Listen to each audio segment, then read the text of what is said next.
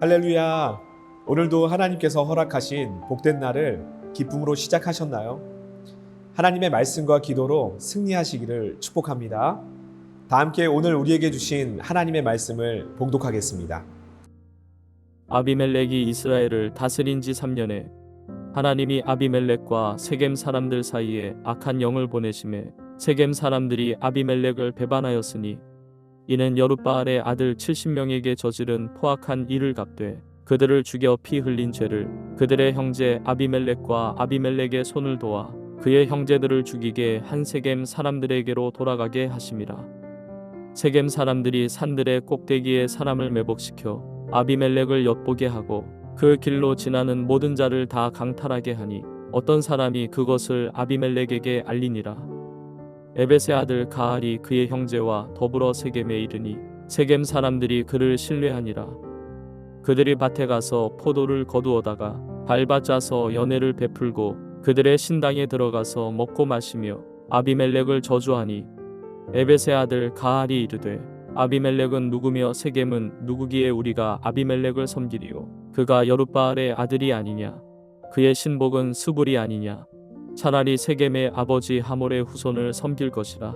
우리가 어찌 아비멜렉을 섬기리요 이 백성이 내 수하에 있었더라면 내가 아비멜렉을 제거하였으리라 하고 아비멜렉에게 이르되 내 군대를 증원해서 나오라 하니라. 본문 22절은 아비멜렉이 이스라엘을 세 해 동안 다스렸다로 시작합니다. 아비멜렉이 형제 70명을 한날에 죽이고 자신이 왕이 되어 다스린 지 3년째 되던 해에 어떠한 일이 있었음을 말하고 있습니다. 그 일은 세겜 사람들이 아비멜렉을 배반한 사건입니다. 아마도 아비멜렉의 통치 가운데 형제를 죽이면서까지 왕이 되었던 그 포악함이 드러났을 것입니다. 폭력적이고 강압적이며 악한 일들을 많이 행했을 것입니다. 하나님께 대한 믿음이 없고 자신의 판단과 의지로 백성을 다스렸으니 세겜 사람들은 항상 고통을 받았을 것입니다. 우리가 잘 알고 있는 사울 왕은 하나님의 말씀을 떠나 불순종함으로 악한 영의 지배를 받아서 다윗과 백성을 괴롭게 했습니다. 하나님의 말씀과 멀어져서 죄를 범한 인생은 항상 어떠한 영적인 문제가 일어나기 마련입니다. 아비멜렉과 세겜 사람들 사이에 일어난 영적인 문제는 분열이었습니다. 세겜 사람들이 아비멜렉을 배반하고 에벳의 아들 가알을 따르면서 분열이 시작되었습니다. 그리고 가알은 세겜 사람을 선동해서 반란을 시작합니다. 이러한 모든 현상이 일어나게 된 이유가 23절에 기록되어 있습니다. 그때 하나님이 악령을 보내셔서 아비멜렉과 세겜 사람들 사이에 미움이 생기게 하시니 세겜 성읍 사람들이 아비멜렉을 배반하였다. 그때 하나님이 악령을 보내셨다라고 하는데 이 말씀은 하나님께서 악령을 파견했다는 의미가 결코 아닙니다. 하나님은 악의 근원이 아니시고 결코 악한 방법을 사용하지 않으십니다. 그러니까 하나님은 아비멜렉과 세겜 사람들이 믿음 가운데 살지 않았던 모습 가운데 악한 영이 역사하는 것을 허용하셨다는 의미로 볼 수 있게 되는 것이죠. 우리는 모든 역사 속에서 하나님의 섭리가 있다는 것을 알아야 합니다. 하나님은 무죄한 형제들의 피를 흘린 아비멜렉을 심판하셨습니다. 아비멜렉에 대한 세겜 사람들의 배반은 겉으로 볼 때에 우연적인 상황처럼 보이지만 그들을 심판하시는 하나님의 섭리가 있었던 것입니다. 잠언 16장 9절에는 하나님의 섭리를 잘 소개하는 말씀이 나오고 있습니다. 사람이 마음으로 자기의 길을 계획할지라도 그의 걸음을 인도하시는 이는 여호와시니라. 그래서 인간의 모든 역사는 다 하나님의 계획과 섭리 가운데 이루어지며 진행되는 것입니다.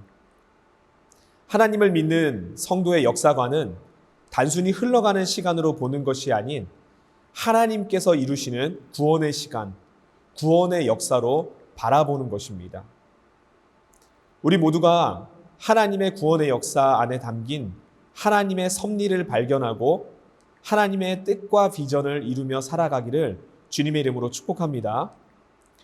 특별히 우리 모두는 영적으로 깨어 있어야 합니다. 악한 영인 사단은 항상 성도를 유혹하며 시험하기 때문입니다. 본문 25절에 세겜 성읍 사람들이 아비멜렉을 괴롭히려고 산 꼭대기마다 사람을 매복시키고 그곳을 지나가는 모든 사람을 강탈하게 하자 이 소식이 아비멜렉에게 들렸다. 아비멜렉을 3년 동안 따라다녔던 세겜 사람들이 이제는 산 꼭대기에 숨어서 아비멜렉을 괴롭게 합니다. 개역 개정 성경에는 매복해서 아비멜렉을 엿보았다라고 합니다. 상대방의 빈틈을 노려서 공격함으로 승리하려는 계략을 사용했던 것입니다. 전쟁에서 눈에 보이는 싸움은 공격과 방어를 어느 정도 할 수 있습니다. 그러나 보이지 않는 싸움, 즉 갑작스러운 공격에는 패할 확률이 높습니다. 세겜 사람의 공격은 사단의 공격과도 같습니다. 사탄은 숨어 있다가 기습적으로 성도를 공격해 옵니다. 우는 사자처럼 삼킬 성도를 찾고요. 성도에게서 말씀을 빼앗아가며 전도와 선교의 사명의 길을 막아서고 힘을 쓰지 못하게 하는 무기력한 성도로 만드는 계략이 있습니다. 그래서 성도는 항시 하나님의 전신갑주로 무장한 상태로 살아가야 합니다. 하나님의 전신갑주의 핵심은 예수 그리스도입니다. 모든 무기 하나하나가 다 예수님과 관련이 있기 때문에 세상의 무기가 아닌 우리 주님의 무기를 장착하고 다녀야 합니다. 우리 모두는 예수님만을 힘입어 살기를 원합니다. 아비멜렉과 세겜의 분열, 그리고 아비멜렉을 향한 복수, 가을의 반란같이 평화가 깨어져 버린 악한 일에서 떠나서 오직 예수님께서 주시는 참된 평안만 우리 가운데 역사하게 되기를 주님의 이름으로 간절히 축복합니다. 다 함께 기도하겠습니다. 사랑하는 하나님, 오늘도 새날 주셔서 감사드립니다.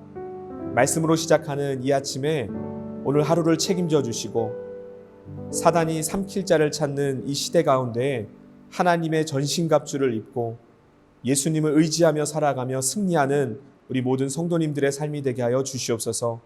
악에게 지지 않게 하여 주시고 선으로 악을 이기며 정말 믿음의 삶을 살아내는 우리 모든 성도님이 되게 하여 주시옵소서. 주님만을 의지합니다. 찬양합니다. 승리를 주실 주님을 높여드리며 우리 구주 예수님의 이름으로 간절히 기도드립니다. 아멘.